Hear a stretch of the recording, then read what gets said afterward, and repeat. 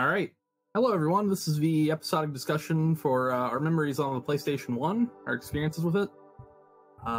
Start this off, I am Bane. We're going to go down the line here. Kaneki? I'm the man who bodied Ren 5-0. No, he's a bitch. Nope. Speaking of, Ren? Hey people, how's it going? Remember not to eat bad meat before podcasts, otherwise you will be fucked. Yeah, we're going to get into this in a second here after I introduce everybody, because I gotta ask what the hell you ate. Alright. Shadow Pyro. Yo, it's Shadow Pyro. Yeah, I'm tired, and I'm actually eating right now, but you're not going to know that during the podcast. Alright. And then our good old friend Sonic Kick. Where you at? Yeah, that's me. I'm also eating. I'm trying to eat healthy as an apple, but I can feel for you, Ren, because I think like last night. I wouldn't say last night, but actually, yes, it was last night. You idiot. Anyways, I fucking tried. I cooked spinach and steak ramen like off the packet and like with real steak and real spinach. Of course, what else would you use it for? But okay, translation: he ate Crash's ass.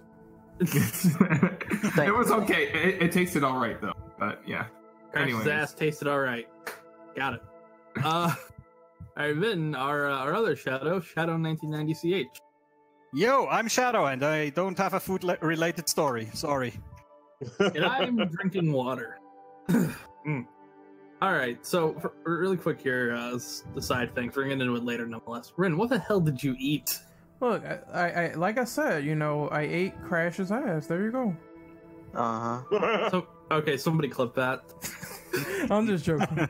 It's already recorded. But I guess we could jump into the questions. Yeah. All right, so to start off this podcast, what is everybody else's experience with PlayStation 1? How did you get introduced to the system? I sort of got mine as a hand-me-down. Yeah. Oh.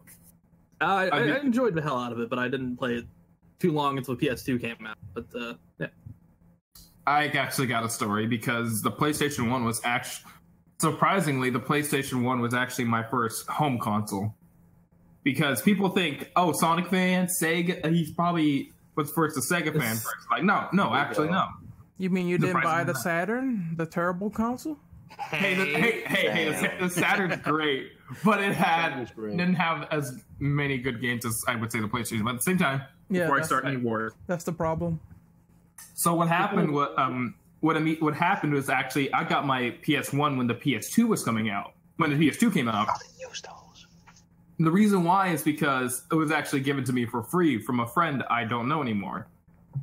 He had the PS2, and since the PS2 was backwards compatible, he's like, y'all can have the PS1 or whatever. And I'm like, okay, fuck it, sure. During around that time, my only experience with games was like fucking Scooby-Doo and the Cyber Chase and the Weakest Link on PS1. That was a good game. It was weird, but it was something. Everyone wants to be a millionaire. But the real game that actually like made me enjoy the PS1 was Crash Bandicoot 3 Warped. I actually own 2 copies of it because I stole it from my family, but it's from like different parts of my family. But at the same time, that doesn't matter because I love the hell out of Crash Warped. But yeah, that's my PS1 story. Do you still have their games? Yes, I do, and they included like Crash Warped. It was, and then there was Crash Bass, some snow cross, whatever. And here's the kicker: Mary Kate and Ashley Magical Mystery Mall. I'm still not surprised by that. I mean, I'm like, this can be used for future content. Let's take it. My story is not too riveting, so I'm gonna get it out of the way. I think I started with the PS1. I think my mom bought it for me. Before that, I think my brother had one. And the first game I played was like a demo disc of Metal Gear Solid 1, and I was like really fucking hooked on that. I think the second one was a demo disc of Siphon Filter 2. And afterwards, it was just like an exchange of getting content and getting like games from my friends at school because we would exchange like PS1 games. So I would say, here's Metal Gear, you can have this for a week, and he would say, I have Siphon Filter, you can have that too. So it was really good. I think more games that I played was Crash 2. That was really fucking good. That was a great game. So afterwards, I just kept the console for years. My mom kept getting stuff for me like Grandia, and I just kept playing more and more and more. So that's my experience with getting the PS1 console. Anyone else? Could I add one quick thing? I know it's not PS1 related, but I also stole my cousin's SNES because he wasn't using it anymore, and I was also collecting dust. You friggin' thief! Jesus, you thief! Damn. Cut your hands off in Saudi Arabia, man. Gaming, let's go. Red-handed everything. My gaming experience with PS1 first started when where was I? I may have been in America at the time, but when I first got my own PlayStation, it was literally the actual PS1. But before that, I was going to friends' houses and everything. The first game I owned was actually Tekken. Yeah, no, back in America, it was for my Christmas. I was about 5, 6 or something like that. Got Tekken, and from then it was game over. And yeah, just no matter what, and getting my buying a chipped PlayStation 1 so I can just get all the free games. It's understandable. Can't blame me on that. I'm not a thief. Your hands will be safe for another day.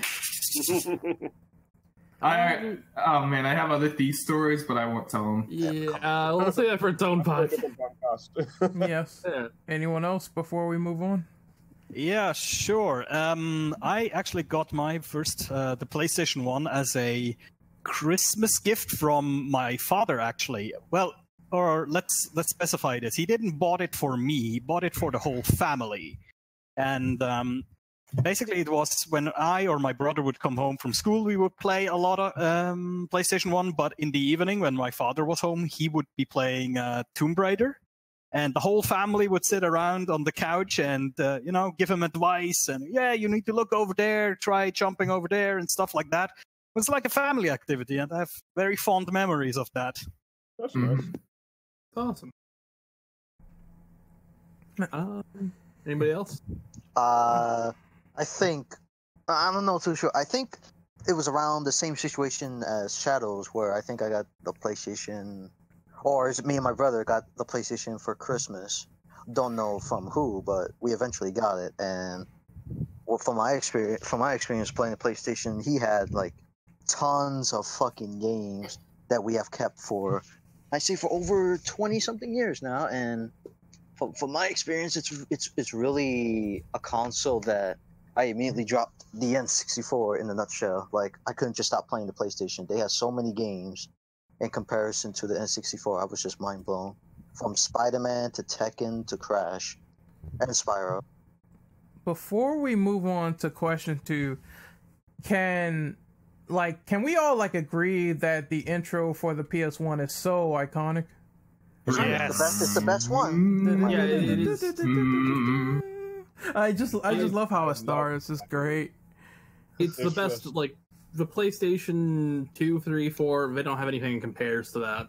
I kind of like the PS2's ambient.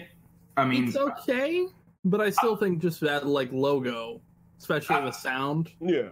I like the PS2's ambience more. You know how PS1 had no ambience during their menus? I just like how the PS2 had the freaking waves crashing on the shore. That was... I can fall asleep to that. And I've done it before. I've actually done it before. The only problem that I have with the PlayStation 1 is that it was super loud.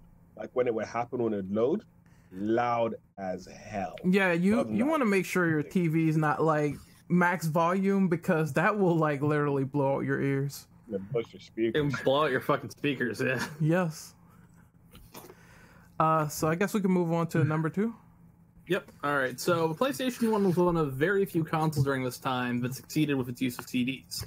The only other one I think was Sega Saturn. The other ones had CD add-ons, but none of them were really quality. Oh, 3DO. Forgot 3DO. But we don't talk Who about the fuck cares about 3DO? Exactly. Well, unless you play the latest Super Street Fighter 2 Turbo, no one cares. But it was one of a few consoles during its time that succeeded with its use of CD. With Nintendo's unwillingness to compromise at all and stick with cartridges, do you think that Sony had the right idea in mind, or do you think that they should have probably did something different? Isn't the biggest example like RE2? Because on N64, RE2 has like botched cutscenes, and they also have some inconsistent stuff, like with the cutscene with Ada, where it's like Claire talking instead of Ada. So it's super weird. It's all, oh wait, am I okay? Not to mention that Final Fantasy actually jumped from Nintendo to Sony because they were using the CD add-on the CD technology. Yes, which made for them have them Final Fantasy VII never come to Nintendo 64 because it's limited memory, and also if you can put it on 4 discs, and legendary game there. Yeah, that's crazy. They lost like one of their biggest third-party developers at the time. Yeah. See, the development of the N64 version of Resident Evil 2 was really weird. It actually does have higher resolution graphics, but it has a lot of other issues. Yeah, I just remember like it had some weird additions, like you could change the color of the blood, and some of the cutscenes were weird. More blood. Yeah. And the sound was like, here's the thing about the cartridge: the sound quality was lower, and it was hard to hear certain effects, and it just didn't mesh well. The N64. Okay, so the positives of cartridges are it does load things very fast. Yes. But at the time, the storage was nowhere near close a CD, which, a CD you can put about 760 megabytes on a single layer, which not a lot in the long term, but that's way more than most cartridges at the time. Now, cartridges have improved a lot more, but still. They moved from cartridges to actual to like SD cards and shit. Yeah, they did. But I think the PlayStation was really smart. It takes a long time to load certain games. I'm looking at Gran Turismo. That was helpful. Yeah. But with the amount of data they could hold, it was worth it. Of course, we got the games. We got the games where they had like 4 to 5 discs, though. Some of the later Final Fantasy games. So that did get a little annoying. 8 had that. Yeah, 7 had like 3 discs, I think.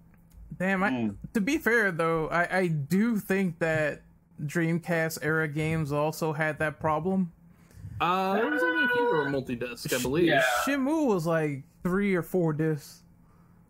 I think so. Let me see here. I'll take a look for this. That was kind of crazy. Also, I think Xbox 360 had like multiple discs for certain games as well. Yeah, there like Blue Dragon was 3. GTA 4 was 2. and 5? Yeah, 5 was 2. One was an install disc, the second was a play disc. Halo 4 had that. But that was also a similar function: 1 install, 1 play. Let me see here. There was like 2 or 3 discs for Shenmue. I think Onimusha had like 2 discs as well. I remember which one it was though. For which one? The first one? I think 3 or 2. I can't remember. I remember playing an Onimusha game. I know Dawn of Dreams had 2 discs, but I'm not sure about 3. 3 was 1 disc. Okay. I remember the Spider-Man on, was it the N64? Didn't have like the cutscenes you would see on PS1. Really? So you don't know what's going on in the story then? Yeah, so I'm wondering if that was also because of the cartridge at the time was limited and they couldn't put those cutscenes in. It had to be a limitation issue because the normal versions on the PS1 had cutscenes. I think that's why I went with the PS1 versions, because you would know what's going on in the game. The Dreamcast version of the Spider-Man game is actually the best version, apparently. Yeah, the graphics are just way better. So if you're gunning for quality, get the Dreamcast version. At the end of the day, the future which we are now living shows that PlayStation was right with choosing disc over. Oh, most definitely. Blu-rays yeah. can hold a lot. Definitely. Oh yeah. Ooh. Okay, so I have the size of the N64 game packs here. They range from 4 megabytes, so games like Dr. Mario 64 and a whole bunch of others, to 64 megabytes. Like Resident Evil 2 was on a 64 megabyte cartridge. Oh man. And now that's Yeah. just a very small memory card. If that. That's oh, that's fucking tiny. You know, Nintendo, they had an understandable idea on sticking with cartridges. Cartridges did very well for what they were doing, but the size was a problem, and that really killed it. Yeah. You can put a whole That's bunch what on a she said. CD. But my Mario 64 though. I just Well, think that okay. one can't like really help but call it like very archaic because of the data. And again, that really limited good games on that platform. That's why a lot of people didn't like it. Yeah, and it's a shame because Nintendo, they were doing some good shit first party that gen, but the third parties wanted nothing to do with it because they couldn't do shit with the amount of Limitation. size. Yeah, you had great games came out of it though, like Turok, but I mean, when you can hold like 5 times the that size of a cartridge on one disc, why would you stick with it? Absolutely. All right, so I guess it's time for my favorite question, number 3. Oh yeah, number 3. List some of your favorite titles in the PS1 library. I'm gonna quickly rapid fire this one. Are we going to limit the amount? I mean, Let's it could do be 5. Yeah, 5 is good enough. Yeah, because Okay. otherwise we'll be on a tangent for hours. Oh, and yes. this part will just take like 30 minutes. I'm gonna rapid fire mine. Silent Hill 1, Twisted Metal Small Brawl, Twisted Metal 2, Gran Turismo 2, and Resident Evil 2. There's a lot of 2s. The sequels win. Oh yeah. What am I? Mine is Tekken 3. Yes. That's where I got good at Tekken and fighting games in general. Capcom versus SNK 2. Was that on PS1? Wait, 2?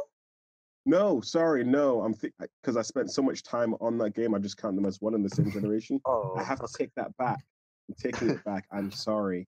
It's fine. So Tekken 3, Crash Bandicoot 3, Warped, Oh yes. great game. What else is there? Metal Gear Solid Snake Eater. No, I keep doing this. I was like, Metal wait, Gear, Metal Gear that's Solid. one generation ahead. Close. Yeah, Metal Gear Solid 1. Metal Gear Solid. What else? I can't. There are so many things that I remember playing on that. I want to say there was the Silent Hill demo. I just had a lot of fun with because I was scared pantsless out of it. It's awesome. Right. Other games and Wild Arms. I love Wild Arms. Oh, I got mine. So I'm gonna say Star Ocean 2, Spyro 3, Crash 3, Resident Evil, and it's coming to me. Metal Gear Solid. There you go. Okay, Did I say Metal Gear Solid twice or no? you did. It's just did? good. It doesn't work. Doesn't matter. Yeah, it doesn't matter. Just go with it. Oh no, I didn't. Okay. So mine's are Metal Gear Solid 1, Resident Evil 2, Resident Evil 3. That was a great game. Spyro, and obviously Spider-Man 1 for the PS1 because that game Damn it. was so good. Damn it, Ren. The characters are super great. I just love that game so much. Yes. So I guess for it's your me- turn. For me, it's obvious. My always number 1 game for PS1 would be Spider-Man, and the other 4 games I like. What I grew up with the PS1 is Crash Bandicoot. I think the first one. I know the sequels were the better games, but I had more memories of the first game growing up. 3 would have to be, despite it being an inferior port to the arcade, was the first Marvel vs. Capcom game. Because I felt so in love with how Capcom was doing those crossover games. I just wish Infinite would have had that same treatment. I'm sorry, we don't see that one in this household. Thank you very much. Shade. Fuck the fighting game division for Capcom at the moment. 4.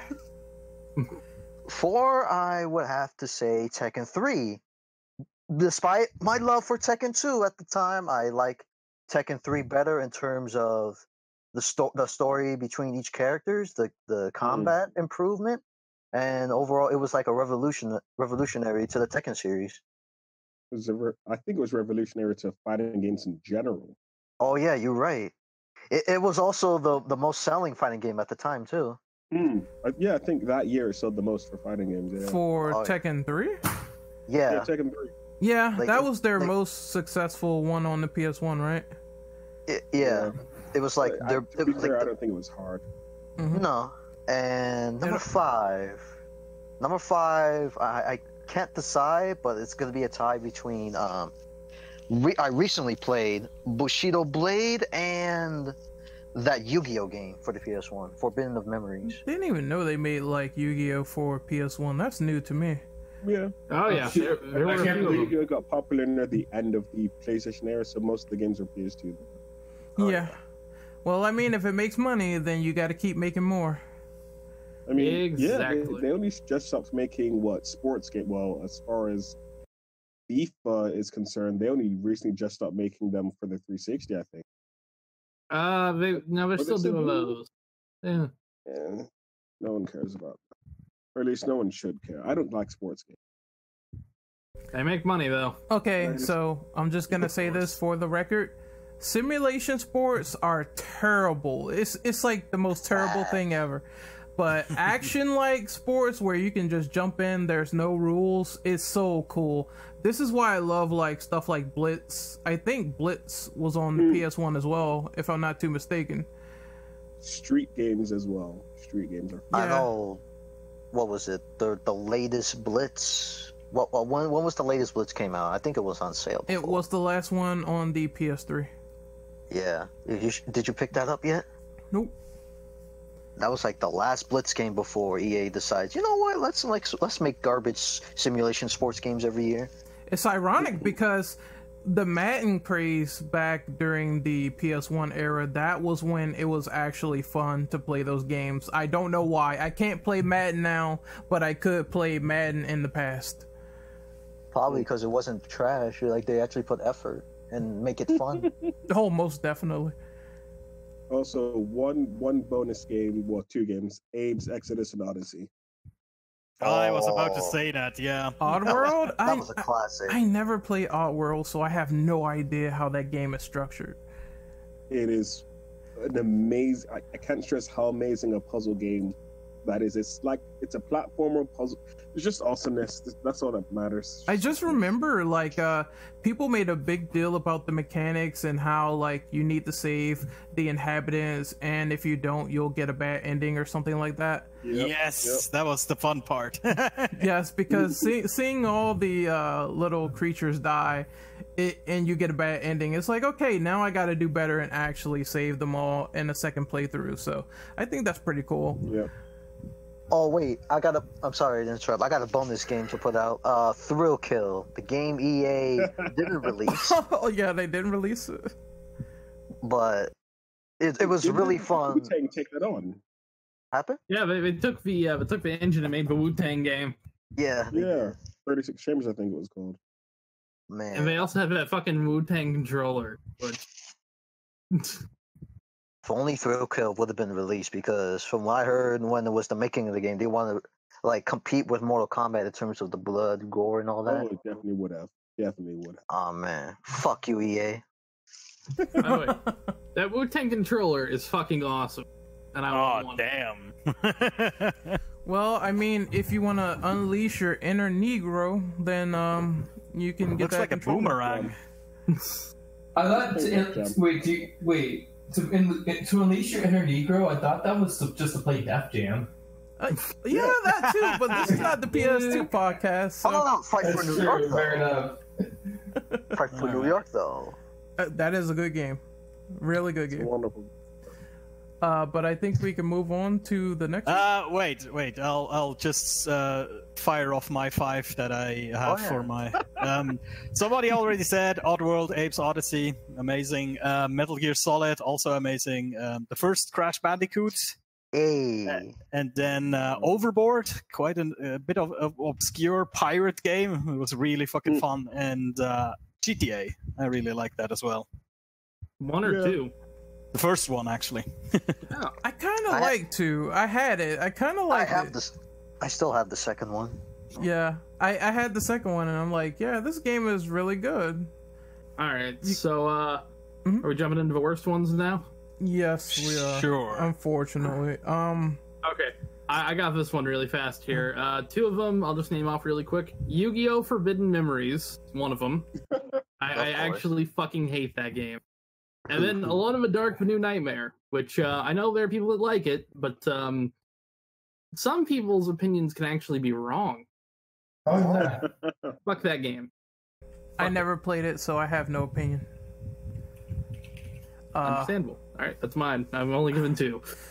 Let me see. Worst games that I played on the PS1. Well, no one should play Spawn the Eternal. It is absolute garbage. Yeah. It's so bad. It's like you're playing as Spawn and he's big and clunky. The game tries to play like Tekken and it doesn't work because the inputs suck and Spawn sucks and his powers suck in that game. And the environments are so dark and bland. It's like you're walking into walls like 90% of the time when you're in the subway or something. I have one more game really fast here. I'm sorry, I forgot this one. Batman and Robin, the video game. There we go. Batman and Robin. Why does that sound so familiar? It's based off of the film, but it's awful. Is that the one where the controls are so hard to really is that the one with more combat controls? Yeah. No, it's sort of a sandbox one. It's really bad. Yeah, that era of Batman games like supposedly was really terrible back then. They also had Batman Beyond: Return of the Joker on the PS1. I don't remember that game. Yeah. I just remember Batman and Robin. Well, let me look at these ratings real quick. Some people liked it apparently. Okay.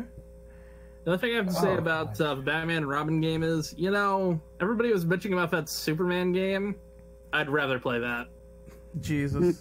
I mean, the Superman game, I feel like the controls aren't too horrible as people were saying they were, but I still think it's pretty mediocre game either way. Oh yeah. But I was thinking of like PS1 titles I hate. I don't really hate a lot of titles like in the PS1 library, especially. And I know like Scooby-Doo and the Cyber Chase was my first PS1 game. I kind of wish it wasn't because it set like my quality standards really low for some reason. I think. Yeah. But that's. I want to. If I feel like coming back, I will. But like for the most part, I'm trying to think of like a bad PS1 game I played. But yeah, I can't really think of one right now. I can think of like a bad PS2 game I played. Wait a minute, Bubsy 3D. Oh yeah, That's my favorite game. You know that? No, I mean like that's an obvious punching bag, but at the same time, I know someone who actually owns the game physically. It counts for something. It definitely does. Bubsy was an attempt.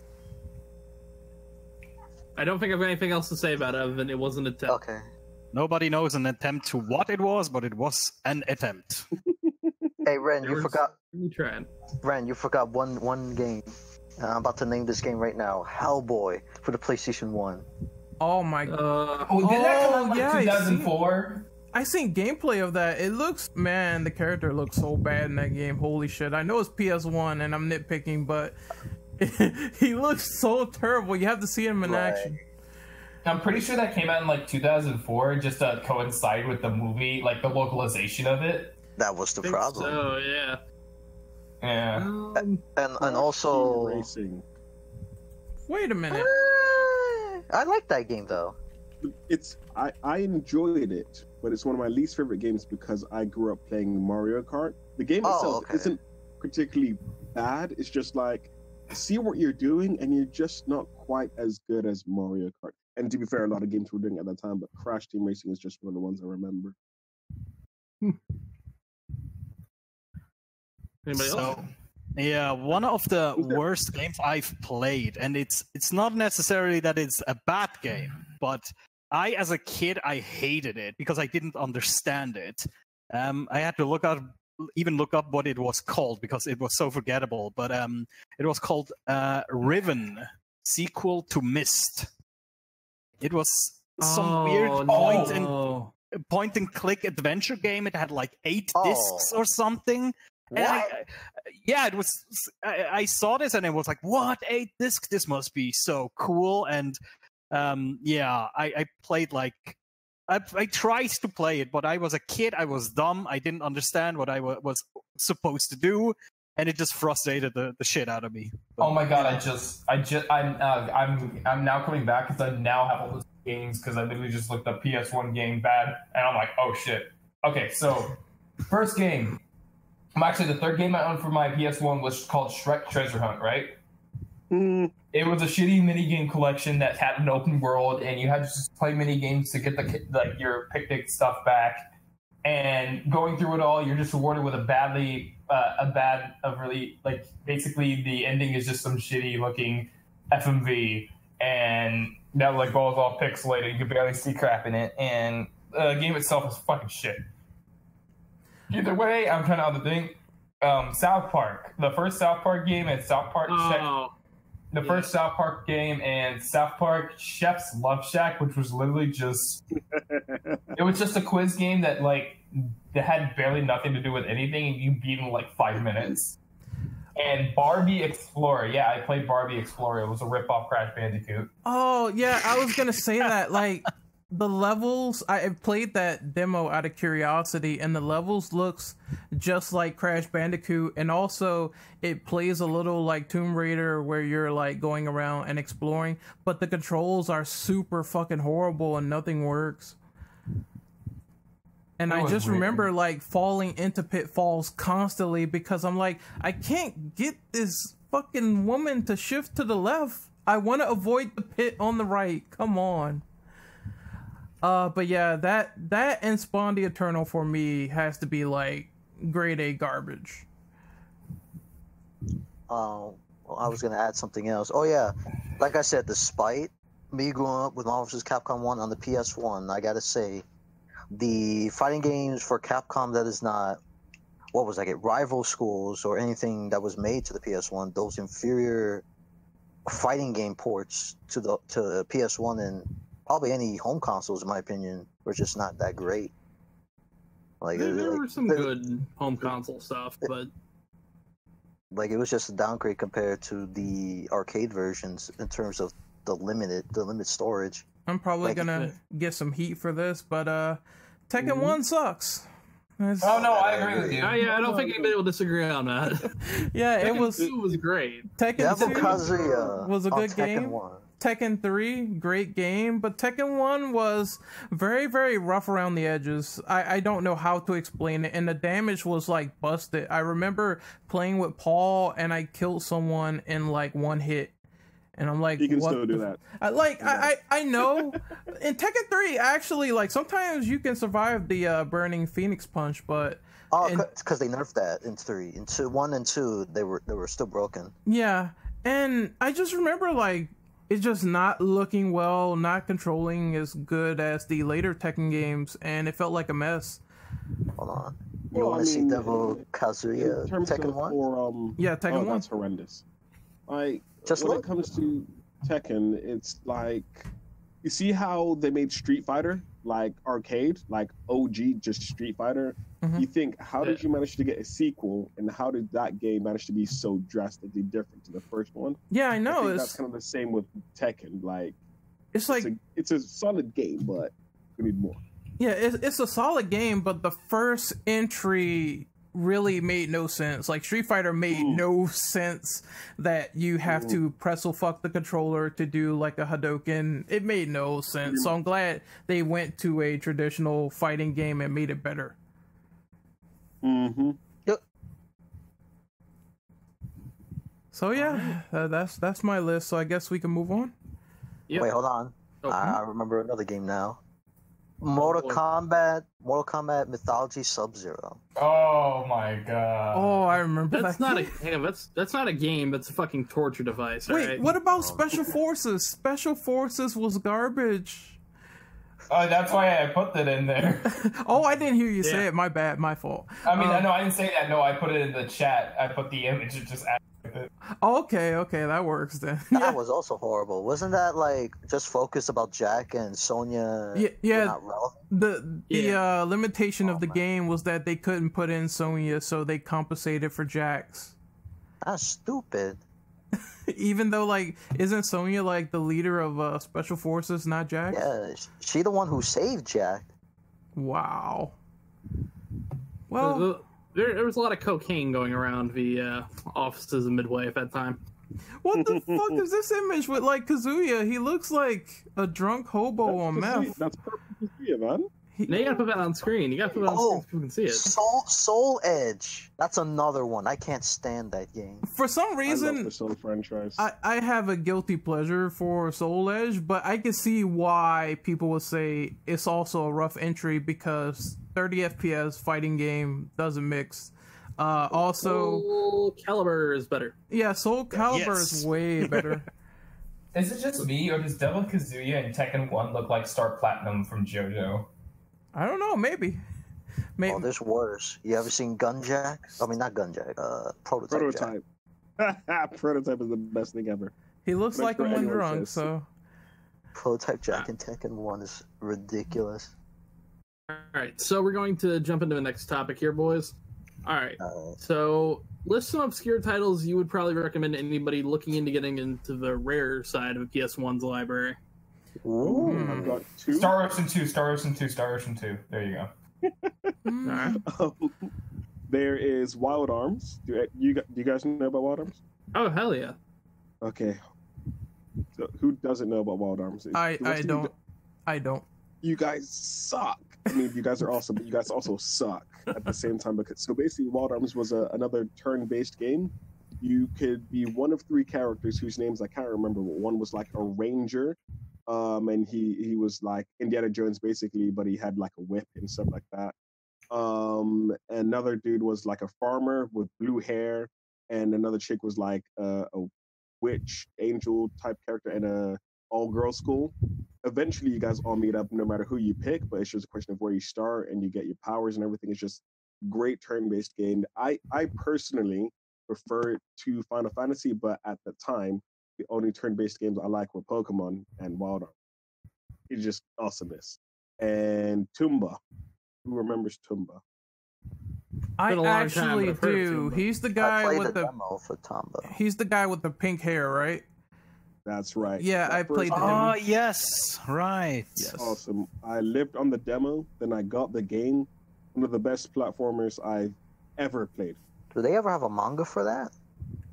That's interesting. I don't know. Because it looks like he was from an anime or something. It's very anime influenced, the art style. That's what I like about it. Have a look.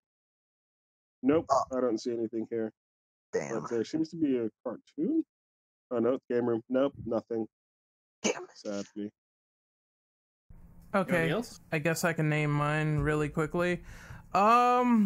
There's this game called Blaster Master Blasting Again. I thought it was I thought it was pretty good for a 3D Blaster Master coming back into the fray. Also, another obscure game is Buzz Lightyear of Star Command. I don't know why. I have that game. I don't know why, but for some reason I really liked it. Like the 3D levels and the the art style and everything. It really felt great. It's a bit, it can get a bit hairy sometimes, but I mean, it is a great experience, so I would recommend people picking that up. I guess Tumba counts. I played Tumba 2, and I really enjoyed it. Also, there's this game called Tolbo 1 or Tolbo 2. Yes. I know what you're talking about. I don't remember it. It's a fighting game. It has characters that are influenced by like the art style of Akira Toriyama, who did Dragon Ball. And Dragon Quest. Yeah. And I thought it was a really technical fighting game. The sequel is better than the first one, so I would recommend picking that one up. Go Sorry, go ahead. Oh, I was about to say really quickly, they did translate that version into English, so you can play it on emulators. Yo, the sequel had like over 200 characters from what I heard. And you had to unlock those. They had a lot. That shit was crazy. So like, I'm like, is that the only fighting game that had more characters than current gen fighting games? Probably so. 200 is a lot. The most I can think of is KOF that had like 50. KOF 14. That's probably that's the only game. Yeah, KOF 14. So far, it's the most. Tekken Tag 2. Tekken Tag 2 was a lot as well, but I just can't remember the approximate number. I think it's about 40. I want to say 42. I might be wrong. And I think Marvel vs. Capcom 2 as well had stacks. Yeah. So it's close, but 200 is still quite a lot. 200 is pretty big number. Really quickly, there's 2 games I want to mention. One of them is my honorable mention for the best PS1 games that you should pick up, and the other one is an obscure title that I want to mention. But Metal Gear Solid 1, it was a masterpiece. The storytelling, the way that Kojima played with conventions, the way that Metal Gear Solid came back to a 3D format, it was kick-ass. Some of the best voice acting I heard in a PlayStation 1 game in a long time. That game kicked so much ass. David Hayter was amazing. The cast was amazing. The fact that so much extensive dialogue was poured into the plot and the story and everything. I just love that game, and the gameplay just supplemented as well. If you haven't played Metal Gear Solid 1, if you are a nostalgia gamer, go and pick that up. You will really enjoy it. You will enjoy it a lot. The next game that is on my obscure list is Mighty... I almost said Mighty Number 9, didn't I? Mighty Number shit. It's not Mighty Number 9, trust me. It's called Wild 9. Wild 9 is a game by Shiny Entertainment, and it was a 3D platformer. At the time, 3D platformers were trying to make some sort of I don't want to say resurgence. They were trying to like just build the mold and do something different back then, because everyone was used to 2D platformers at the time, and they were converting over to the PlayStation 1. And Wild 9 is a great experience. You're a guy with an electric sort of beam that can slam people on the ground and kick their asses and fucking shoot people with missiles. What more do you want? It's scored by Tommy Tallarico, who also did the Terminator soundtrack for the Sega CD, and that soundtrack is kick-ass. So pick it up, play it. A lot of people might not know about Wild 9, but I said my piece. We're gonna move on to the next person.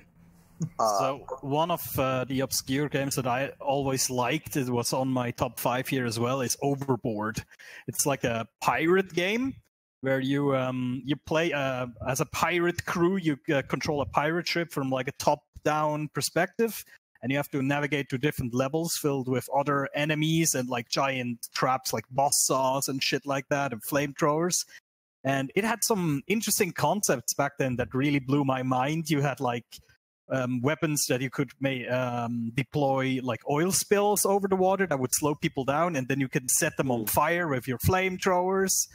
And then there were also like flying enemies that you could only hit with certain weaponry. It was kind of complex, but really, really fun. And it had fucking awesome music. Yeah. I think, would you consider Ape Escape within this realm of obscure titles? No. It is definitely a title that people played, and I think it was Sony first party, so it definitely got promoted a lot. I hear that. And I know someone else has said this for other things, but Bushido Blade, I think that's obscure. That counts, because I think I only played that game like once, and I never remember it being promoted outside of that. I would also definitely recommend Bushido Blade to people who are into fighting games, because it's one of those fighting games where you literally have, it's like also technical, but hits matter. Yes, the hits does matter. Can't you like one-shot people if you aren't careful? I just remember that happening. Yeah, it's like anyway. It was like they made it like a real life samurai showdown type of shit. you had like there's a character with like you had all your archetypal like stereotype characters like the samurai, the ninja, and things like that. And there were levels that like if you had trees, you could actually cut down the trees and stuff like that. It was well thought out, especially for the time when it came to doing things like that. Is for me in the terms of like hindsight type of stuff, it's one of the best fighting games that I'd ever played. Maybe not the best technical ones, but like for the time and everything. There's a game on my mind that I think would go on this list. I only played it once, so the memory is fuzzy, but Brave Fencer Musashi. I think that was done by like Squaresoft.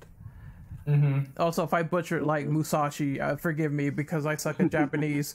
But yeah, I think that was a game that I played that was really fun. It was like a top-down sort of platformer. And I really liked it, but I need to get like more back into it because again, I only played it like for a short amount of time, but that probably would count because that's the Square stuff back then. I just remember like Final Fantasy and what was it? Parasite Eve being promoted a lot back then. Wow, that game. I missed that game. Yeah, I played a bit of the first Parasite Eve, loved it. The second one I didn't get into that much, but I need to go back and probably do like a retro replay or something. All right. There is one game where it was a fighting game. They had ring outs, but you could turn into an animal, and I can't remember if it's Bloody Roar. Bloody Roar. Did that start on the PS1 or did it start on PS2? It started PS1. It was on PS1, yeah. I had the sequel, Bloody Roar 2, and it was fantastic. The combos you could do, and again, it's just one of those games that's just awesomeness. I think who developed that game? I forgot. Holy crap! It's been a long time. I know who owns the series now, but you know they're not gonna bring it back. Konami. Oh, Fuck yep. you, Konami. That game's dead. It's dead now. Yep. Never gonna happen. Yeah.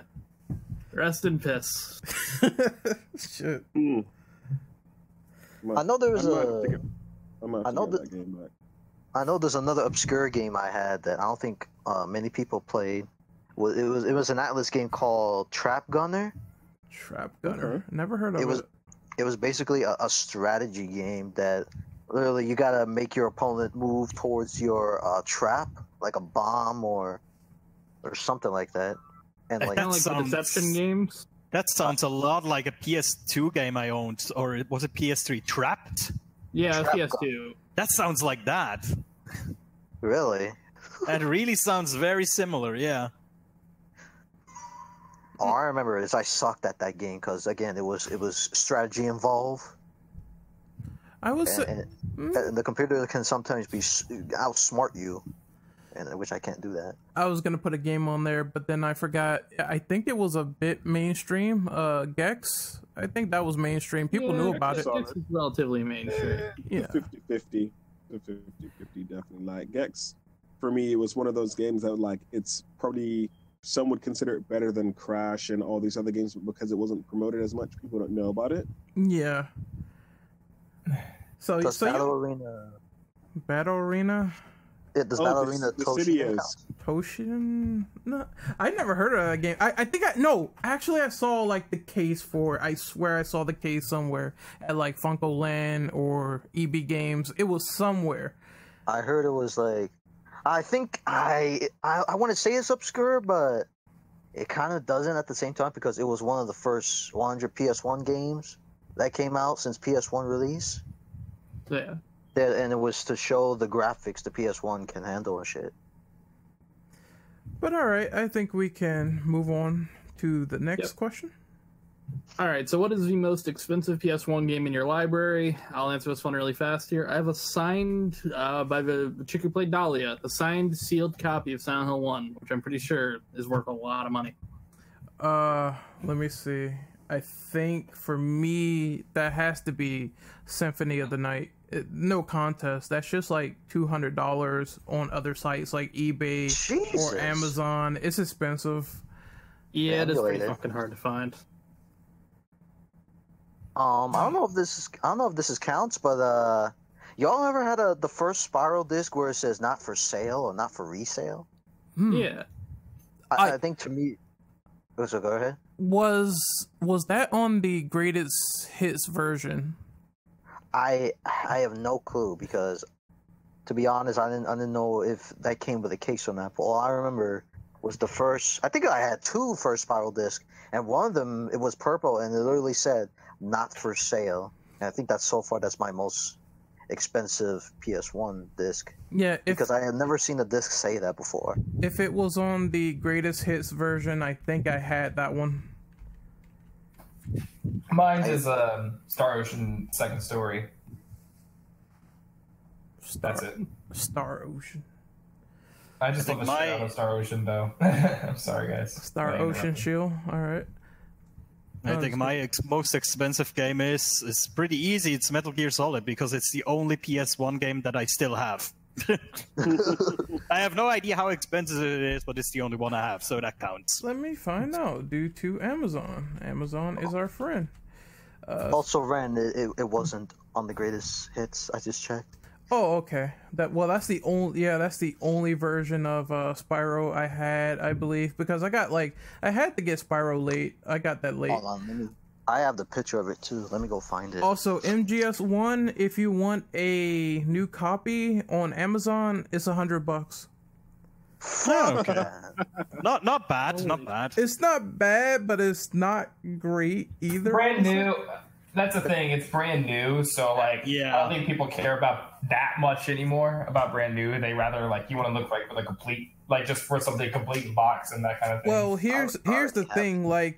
If you buy a used game, and what I notice is that used games, you're taking a gamble because you don't know if they'll work or not. You might. Oh yeah. So if you want something intact, you probably get it new. But if you want to take that gamble, you would get it used. Also, Ren, look at the chat. Let me take a look. That's the one. That's the spiral disc I have. Oh, I definitely didn't have that version. that's new to me actually. So okay, you learn something new every day. Anyone else?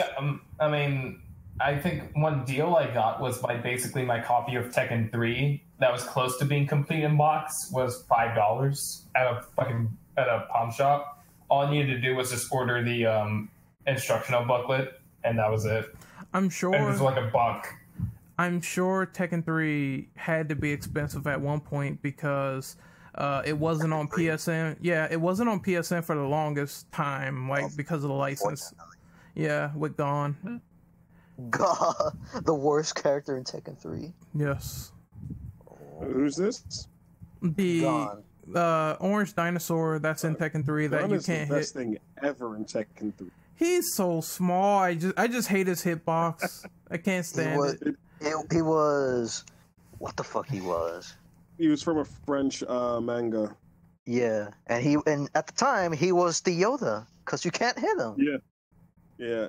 If we're talking about actual gameplay, yeah, he's horrendous. But he was just a fun character because he farted on people. He farted on people. That was one of his moves. I remember. One of his moves was he would turn and fart, and it would give you a crumple state to continue a combo. Yeah, Tekken 3 had some weird stuff going on. Dr. B was crippled, and each time you would do something, he would fall over. That shit was funny. Holy Not shit! Each time. There were specific moves where if you did it properly and you held back, he would roll back and then fall. He had interesting setups that you could use for things, but it mainly worked against people who didn't know how to play the game.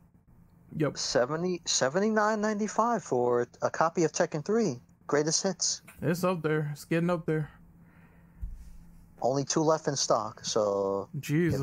If anyone wants to get the copy, there's only 2 left in stock. I'm good. All right, so can we move on to the next one? I believe we can. So, what do you guys feel? How do you guys feel about the accessories of PlayStation? How they factored in the use of PlayStation 2 and with adapters in the PS3? Go ahead. Go on. No, you go. Okay. So I always thought it was interesting that you could use your PS1 memory card in a PS2. I thought that was great, forward thinking. And the accessories themselves, the multi-tap it was kind of weird. I never seen a multi-tap like outside of anywhere because usually we didn't have like 4-player games. But yeah, I thought they were trying at the time. I just don't remember. I do remember the memory cards they had that held more data. That was cool too, and it had the LEDs on the front. I'm trying to think of other accessories. I know they had to have like gun cons and stuff like that because obviously Time Crisis and games like that. So that's pretty cool. So they had an accessory. Sorry to interrupt. They had an accessory where if you own like the PS1 Mini or the small ass PS1 at the time. Yeah. They had it where. Yeah, they had it before they did it with the PS2. You could use. They have the LCD screen with the small PS1, and you could play it on there. Oh, that's so cool. That's so cool, but I'm sure that shit is like super expensive. Probably is. It was the Switch. It's pretty hard to find. Yeah. One's like $400 before. I didn't know they had like fight sticks for the PS1 as well. That's interesting. Really? Yep. Oh yeah. That's crazy. I will post it in the chat and for the viewers. There you go.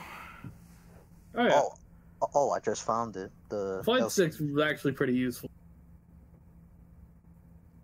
I'm sure that screen combo is expensive, but Sonic Kick, what were you saying, sir? I was just saying, like, just the DualShock in general. Because it's basically they've used the same controller design for their controllers ever since the PS1. If you think about it, I know how the PS4 controller feels like an old PC controller, just modified to like PlayStation's desires or whatever. But they've just mostly used the same design that ever since, just mostly refining it. Wow, you see like. Xbox found their design finally on the 360, but Xbox had to start off with like the fucking Duke controller. Hey, the Duke was good. No, it wasn't. It's horrendous. The smaller Duke is better. Positive. I like You the guys had slim. manly hands. That's your fault, not mine. I hate the Duke so much. Anyways, The slim was better. Nintendo, fucking Nintendo. Okay, N64 controller is worse. That cannot be debated. Facts. Oh yeah. You got N64, then you got the godlike GameCube controller, and then you have the Wiimote nunchuck, and now you have the Joy-Con. Oh. Don't forget the Wii U gamepad. Don't forget the Wii U gamepad. The Joy-Cons aren't great, but I will say this: the Pro controller is actually pretty decent. Then, quick side question: didn't the DualShock come late into the game? Because I swear, like originally they didn't have DualShock at all. Like, Yeah, it was late, but at the same time, they passed that on to PS2 and then PS3, PS4. Yeah, and I know I'm asking questions a lot, but I swear, didn't like PS1 controllers work on the PS2, or they didn't? Yeah, it did. They did? Yes. Oh, Yes. okay, that's good. And also I just remember the DualShock thing being a thing when Resident Evil came out because they re-released some versions with a DualShock version. Yeah. Okay, so I'm just making sure.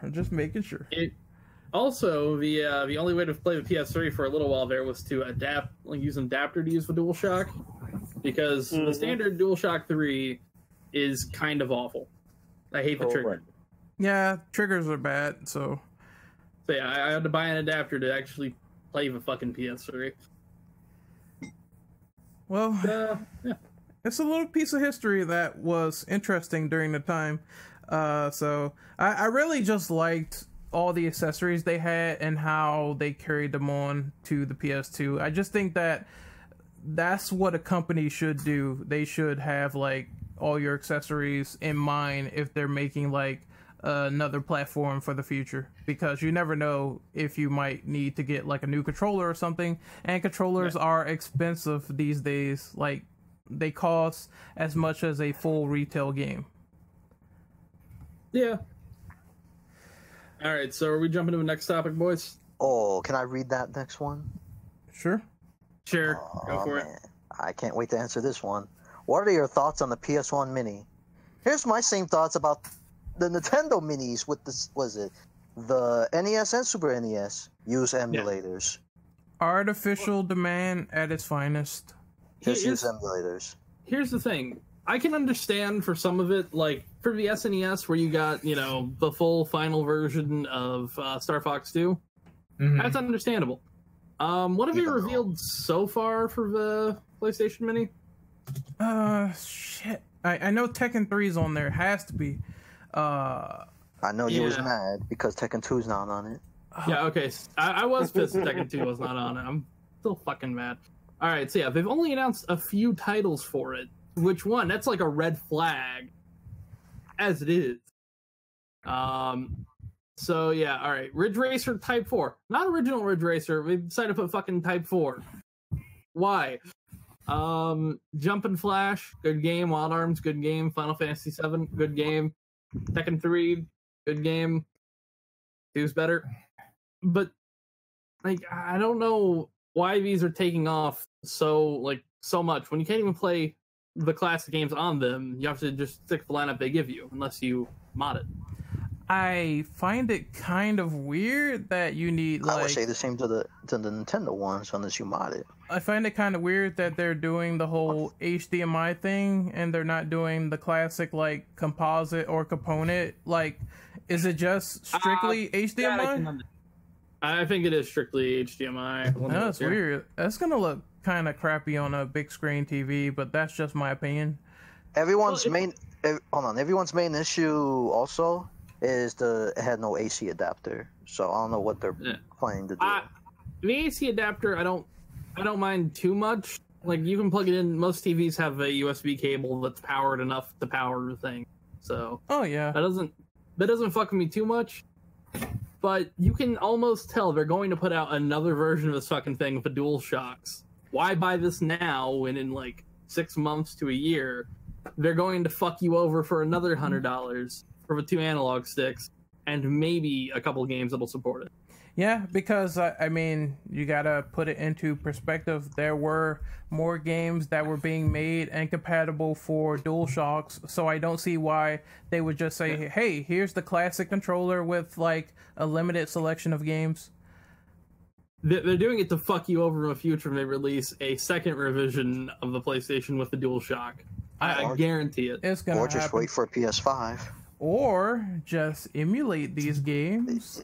Or you have a larger library with not too large, but there's still like a library with the PSN classics on PS3.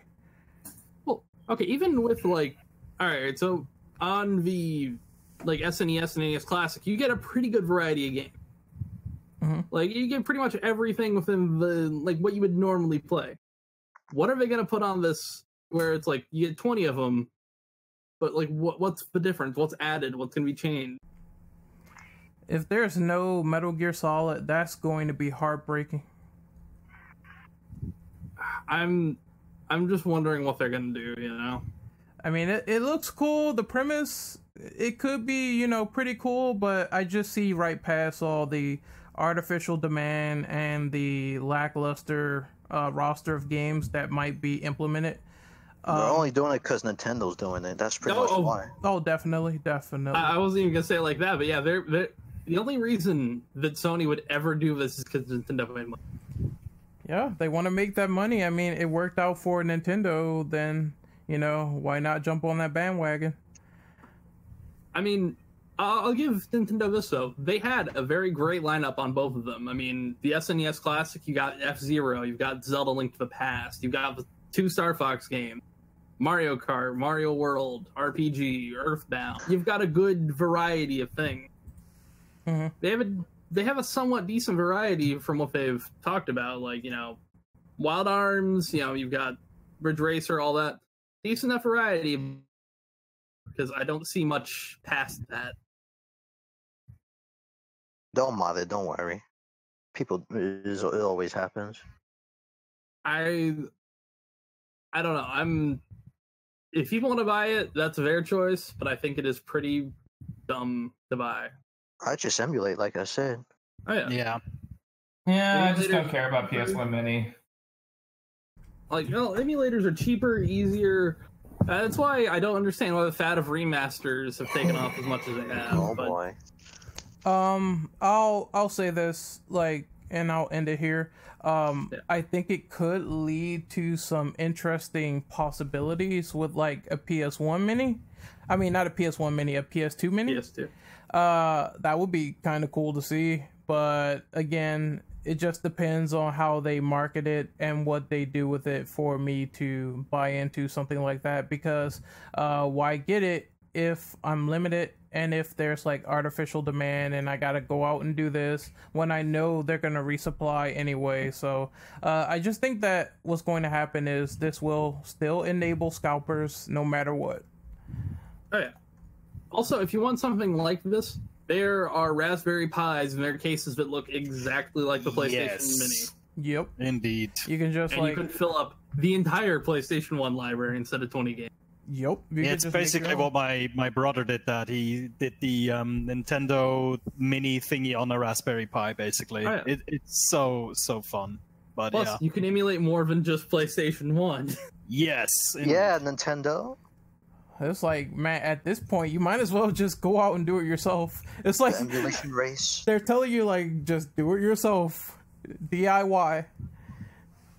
Yeah, like Raspberry Pi 3s are less. They're $41 for just a Raspberry Pi, and then an SD card, a controller. You'll still save yourself about $20 by the end of it. Yep. All right, so we got 3 more questions to go. So Bane, take number 9, which is interesting. So PlayStation 1 was known for its extensive amount of demo discs, either bundled in magazines or Pizza Hut purchases, which I got a funny story with those that I'll get into after this. Do you have any experiences with these demo discs? Really fast on that one. The first thing that I ever got from Pizza Hut box was All Dogs Go to Heaven 2 on DVD. I remember that one because I actually love that movie, but it's not a great movie. I had a whole bunch of PS1 demo discs, like Silent Hill. Somebody brought that one up earlier, the demo. I played the shit out of that before I got the full game. Yeah, anybody else? I believe that I got some from Pizza Hut. There was one demo from Pizza Hut. I don't remember, but there was Ape Escape 1 on the disc. And there was another one. There was another one where I played like Blasto, and there was the there was like a FMV for Resident Evil 2 because some demo discs had the trailers and others had the full game. So one of them had Blasto and the other had like FMV of RE2, I believe. I also played like MGS on demo disc as well, so that was pretty cool. I remember having, there was also like PlayStation Underground, which was really big. Oh, yeah. And I remember Silent Hill 3 had a demo disc.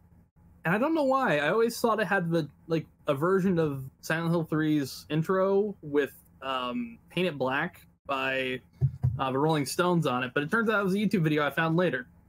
It's crazy how they could actually make a killing doing that stuff again, because I remember there was advertising for the multiplayer of Uncharted 3 by going to Subway, and I actually went there. It was actually like they gave me a code and I played it. So people would actually like go out of their way to get demos if they could, if it was like cross promoting. Oh, yeah. I know they even have like, do they have like PlayStation Underground magazines? They did. Because I know they made fun of Nintendo at one point where they said, "Oh, the magazine don't just let you read; it lets you play." That was like, damn, you gonna do Nintendo like that? Yeah, but that goes back to Sega, and then we do a Nintendo or something like that. So I mean, it's like Nintendo been getting around for ages. Console wars were fun back then. Now it's like really tedious. Now and it stupid. is. No, now it's don't be nice with it. It's fucking autistic sometimes now. Yeah, I can give up a shit about console wars. Just play whatever the hell you want to play on. The fucking people on every side. There's not enough variety right now. I mean, there's only really, when you break it down, there's only really 2 consoles that people care about. It's the Xbox and the PlayStation. No one, in the grand scheme, no one cares about the Switch. They care about Nintendo. Is the Switch being thrown under the bus right now? Sorry? I said, is the Switch being thrown under the bus right now? I feel like more people care about PS4 and Switch than Xbox and PS4. Well, when you think about war, it's always PS4 and Xbox. Like Nintendo is great. Look, Sega was greater than Nintendo, okay? It was. Straight up. It was. Streets of Rage was a better game than Final Fight. It was facts. If it wasn't for a fucking Saturn, Sega might actually be around today. Yeah, that's unfortunate, but that's like another podcast for another day. I could spend about 42 minutes just on all the shit Sega fucked up on. Specifically 42. Oh yeah. Oh man, but you know what? I'm glad Sega bring back Streets of Rage with the 4th game. I'm so happy about that. Yes. That was pretty cool. I cannot wait for that. It's time to that is looking so good. So for me, when it came to demos, I literally lived on demos for so many games that I can't even remember the names of. There was one racing game where you were basically it was a four-wheeled car, but you could go upside down. There's tunnels and speed boosts and everything, and you can aim missiles, sort of like Mario Kart. Bushido Blade demo, MGS demo, Silent Hill demo. I have like a folder of like over like 50 or 70 CDs with just demos on there. I love all of them because it's just so much fun. I really liked the demos for Jet Moto and Gran Turismo. Love those games. That was like classic racing game fashion to me. It was great. You ever played the sequel? Jet Moto 2? Yeah, it's really fun. I did. It is really good. So anyone else before we move on? No, sorry. There was one game. It was part of the obscure games. A game called Moho. It was made by Rockstar. I think it's Moho. Yeah. I've never heard of it. Let me find it. It's basically. Do you guys remember BattleBots? I heard of the name. I remember. No. In the terms of you could have your main character, you have to go through a gauntlet of things. You had invisible arms like Rayman. You punch things and you have special powers. It's a solid game. That is something for the obscure games thing that I just remembered. Moho. Yeah, I just remember with demo discs, because I'm a native German speaker, a lot of these demo discs came with games in English. And back then, I was a kid. I didn't speak the language, and sometimes I was just lost. So I had no idea what I was playing, but it was fun, just random shit. You would just do stuff, and you wouldn't understand what you were doing, but it was fun. And 2 demos that I really remember well are Spyro, and I think I also got a demo for Medieval. Oh, Those yeah, are Medieval. absolutely great games. Medieval. They They were were solid game. Completely forgot. Yes. I'm waiting for that remaster though. Yeah, Medieval was pretty fun. I remember playing like the first one and being blown away by the first level because it was so much exploring and fighting monsters, and I loved like the horror environment. It was pretty cool. Yeah. Also, shut up. That's how it sounds like Daniel sounds like. No, you sound like eating shit. No, I'm not. No, I'm talking to Connect. There was another game where you are a vampire and your name's Razel. Kane. Legacy of Kane. Yeah. Yes, that was also great. Solid game. They need to remake that as well. And could he Wraith? Was it another character called Wraith? I think one of them was Razel, the other one was Kane, the vampire. Yeah, that's probably what it was. Yeah. Could be. Oh well. But that's a solid game. They need to bring that back. I wish they would, but unfortunately, they keep shafting the writer, Amy Hennig, on games. I think she was working at EA. Now she's like independent. Yeah. She was also on the Uncharted series. Yeah. And I love the writing of Uncharted 1 and 2, but 3 is all over the place. But that's another story. So's 4. I can agree I'm with not a this. fan of 3 and 4 when it comes to writing. I agree. But 1 and 2, right. good games. From my experience with demo, I think this was the only demo I ever experienced when it comes to PS1 demos was Interactive CD Sampler 3 was where you can play demos of Ridge Racer Revolution, the first Crash Bandicoot, and Tekken 2 with characters like Jun and Lei Lulong, and there was another demo. Oh yes, King of Fighters 95. That was like Oh wow. the greatest demo I've ever played back then, and that was like the only one I used to own until I don't know where it is because I think it's lost at the moment. I lost it somehow. 95 is the one where they introduced Iori, right? Iori, yes. Yeah, if that's the case, then I played that one because I believe they were the only two playable characters in that demo. It was Iori and Kyo. Oh yeah. It was also the game that introduced the returning of Geese Howard. Oh, awesome. Yeah. Or was it 6? I think it was 6, 96. Probably was. I never played that one. Yeah. All right, so Mr. Bean. Also, if you guys check the chat, you can see the picture of Moho, and hopefully you'll know what I'm talking about. Oh, I think I've seen that game. Okay, so how did everybody feel about the PlayStation 1 classics on PS3, the purchase ability? And how do you guys feel about PlayStation 1 emulators on PC? I like PlayStation 1 emulators on PC that just need some of their shit with like some of the graphical errors. Other than that, PS1 classics on PS3, cool. Kind of wish you had it on PS4 instead of having to do all these remakes to play them on PS4 or whatever. Yeah, make that money. Yeah, so some of them where it's like for convenience sake it's worth buying, because where it's like, okay, yeah, it's hard to find or it emulates poorly, but see, I have a feeling that a lot of these remasters aren't really worth it. Oh yeah, like, I understand that. I don't mind. Shadow of the Colossus. I don't mind real quick. I don't mind the idea of remakes if they do something interesting with them. But again, yeah, they do need the classic PSN Classic on PS4 because again, people do want to buy those old games, and since Sony keeps ducking out on backwards compatibility, that would be a great idea because I don't like how the PS2 to PS4 store is coordinated. It needs to be updated. There's some like the only thing I've bought on there, I bought I think it was Rogue Galaxy. Thanks, that name of that game. So I like that game a lot, and I want that game to get money. And Siren, because emulating the second-person experience for that game is fucking awful on PS2 emulators. Still garbage. But the rest of it, it's like, oh yeah, you added trophies. Yeah, pretty much. That's what they do. But I like the idea really quickly. Emulators are great on PC, great variety of games. But PSN Classic, it's a nice library, but it is lacking after a certain amount of, you discover certain games aren't on there, like Tekken 3 and stuff like that. So yeah, I think it needs more, in my opinion, and it needs to be on PS4.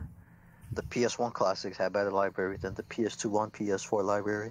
That's a crying shame, too, when you think about it. Because think about it, you could purchase... Well, not Tekken 3, but you could pretty much purchase the sequel on PSN right now, and the classics of Crash and Spyro. Yeah, I'm glad they have those at least. For cheap. I think they were cheap too. Instead of in case you don't want it physical, you could just buy it on the PS3 cheaper. Yeah, and playing on the PSP, and for people that still have a Vita. The Vita. Yeah, I say this is somebody who owns a Vita. I still have mine. I can't get anything out of it anymore, so... But the PS1 emulator? Oh, man. That's why I said I'm not buying that PS1 Mini. Or it's just like I did... And this is me, like... You don't have to emulate. You could just buy the PS1 Mini if you want. The same thing with the NES, Nintendo. I just think emulation is cheaper, easier... than just to buy those, especially since there are certain games on the PS1 emulator that you could, put better frame rates or made it more stabilized than on the consoles. And also, it's just for value. Think about it like this: if you're going to spend like $40 or $100 on something, why not just upgrade some parts in your computer and be able to emulate more than just the PlayStation 1? And more than just 20 games. Yeah, Fuck, even a cheap laptop could do that. yeah, it's not that hard to do when you really think about it. Oh, yeah. All right, so anyone else before the final question? Not really. All right, Bane, take it away. All right, so this is the final thought here. What impact did you guys feel that the PlayStation 1 left on the industry and on you during the time of the N64, Sega Saturn, that kind of generation that was coming out around that time? I'm just going to say this. Yeah. Let's just say this is Sony's first console, right? And during this time, people were, doing a whole Nintendo versus Sega kind of thing. Yeah. I just feel that PlayStation ushered in a new era. My tongue is twisting. PlayStation ushered in a new era that still continues to this day regarding, I wouldn't say regarding console wars, but regarding just Sony and video gaming in general. Because Sega is now a third-party company. Nintendo still makes consoles, but they're not as successful as they used to be. I mean, they're seeing success, but they're not as successful as they used to be. So it's more just it had a major impact on the industry because they just slowly built up from the PS1 to the PS4, and they have a dedicated fan base and their own dedicated games and all that kind of stuff. So it worked out well in the end. Yeah, I agree. I think the N64 was when Nintendo started experimenting a lot more with awful ideas like the cartridge and the controller, yeah. And all the stupid accessories, Rumble Pack, all this shit that I had Rumble Pack. It was horrible. Yeah, so you couldn't play certain games unless you have the Rumble Pack. Yeah, so I just can't really, I can't really give Nintendo all the credit. I mean, I did like the N64 for what it was, but I did like PlayStation better. Saturn, I did play it. The games I played on it were hilarious because I believe my first game was Street Fighter, the fucking movie, and it was... Oh, God, why would you do that to yourself? Well, I did break the game disc, so, I'm not gonna lie. I got that trash out of here. But, yeah, I definitely would rank PS1, then N64. It was great for what it was. Then the Saturn's last. I think the impact that it left was they brought a lot of really good killer apps to the table. Like Sony really doubled down on getting all these developers and making great games and putting it on their platform. So I really enjoyed a developer having all those first party games to play and good third party as well. So anyone else? Well, to me, it always felt like, maybe it's not true, but it always felt like in comparison to when I looked what games I played on the PlayStation and what my friends played on Nintendo, it always felt like I was playing the more hardcore, realistic, a bit more darker games. That's how it felt like. I'm not quite sure if it's 100% true, but it always felt to me like the PlayStation was a bit more grown up even. It's hard to say it like that, but it felt that way. That's true, because I mean, you see games back then like Mario 64, and it's like, yeah, I can understand this game is definitely tailored to a demographic of children or people who just like Mario in general. And then you see shit like Resident Evil where, okay, a guy's head gets eaten off by a zombie. You don't see that like often back in that era on Nintendo platforms. So it was just like they really promoted the darker aspect of certain video games, and I think that is where the appeal came from. I agree with that 100%. It did really feel like a more, at least at the time, a lot more adult content, or at least teenage content was on the PlayStation versus pretty much any other console at that time. I mean, PC, I wouldn't count PC in terms of console, and especially at that time, because PC had Leisure Suit Larry. Right. Oh, yes. I know my father had that disc laying around in his office, and I always looked at it and I was like, what is that? Oh, boy. Oh, that was fun. Anyone else? Or are we good for now? What impacted me was for the PlayStation 1 at the time was I didn't have any other consoles to play, so I did get it. And like I said earlier, the amount of library and the games in comparison to all the consoles I played before, like the N64 and the Genesis, like I was mind blown with all the possibilities that I could play on PlayStation with games like Spider-Man, Spyro, Crash, Tekken. It was endless of possibilities. Yeah. I was mind blown. I'm sorry. Go ahead. No, go ahead. You weren't done. Oh yeah. And then I know it's gonna go off track, but PS2, man, like they made it a whole new level with PS2, with games and graphics and all that. Yeah, I definitely think that if this was the test bed, then the next generation PlayStation perfected, all the stuff they built on. Like I said, N64 was no slouch. I did love the ports and everything. I wish agree. they could have done better in terms of how those ports were handled and some of the accessories. Yeah, and like you said, Ren, the PlayStation had offered more at the time compared to N64 at the time. Yeah, but I did enjoy some Jet Force Gemini. I'm not gonna lie. Jet Force Gemini was fucking great. Yes, it was. The second half of ass. Well, The the second half is, the beginning's not too bad, but it is a grind fest to get those stupid, those furry things. Ugh. Yeah. It was nice to finally have that game with working controls, though, when it came into Rare Replay. Oh, yes. Yes. Yes, you could actually fucking dual stick movement. It was nice. It was actually fun. Well, more fun than it was before. I think, all right. for me, like, just in the terms of impact, I think if it wasn't for the PlayStation, I probably wouldn't be into as gaming, and if not gaming, as into fighting games, because I couldn't play Street Fighter back in the day when it was on the Nintendo and things like that. So thankfully to Tekken 3, I got into fighting games and I got good at them, and games like Spider-Man and all those fantastic games helped me get more into comics, and now I'm a nerd. So I thank the PlayStation for that. Hey. I'm done. Yeah, All get right. out before I kick you. No, I'm kidding. I'll kick out Ren. Nah. Oh. So, I guess we can do outros right now, Bean. All right. I've been Bane for you with a YU at the end. That's my Twitter handle.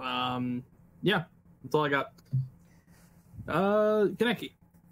You can find me on Twitter, Twitch, and on YouTube under the same name as Guru War Order. And bring me Soul Calibur 6 already. That's going to be my next fighting game to play. Renegade Operative. You can find me on YouTube at Renegade Operative, Twitch, Renegade_Operative, and Twitter at RenOperative_.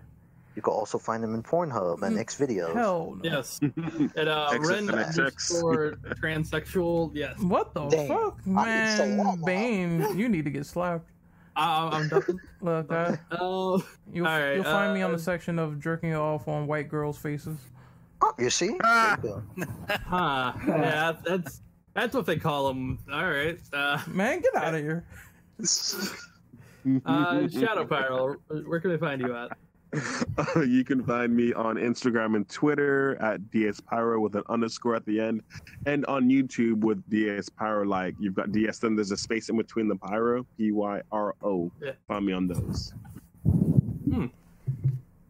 All right, Sonic, Trust where me. can we find you?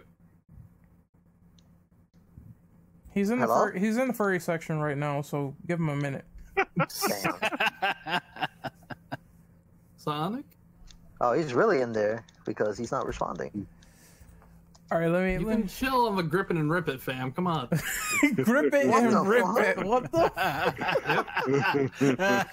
All right. Oh shit! What happened was There you go. my mic was messing up. Hold on. Sure. Okay, the mic. Anyways, Mm. youtube.com/CSonic and SonicKick2 on Twitter. There you go. All right, and the second Shadow here, Shadow1990. Where can we find you at? You can find me on YouTube, Twitch, and Twitter as Shadow1990CH. Hey. All right. So this was a pretty good podcast. Our experience with PlayStation 1, our time with it. Yeah. It's only an hour and 30 minutes, not too long, so. It felt a little bit longer by the end there. Just don't play Hellboy on PlayStation, ladies and gentlemen. Don't play Spawn the Eternal. For the love of God, just don't. All right. We will see you folks later. Peace.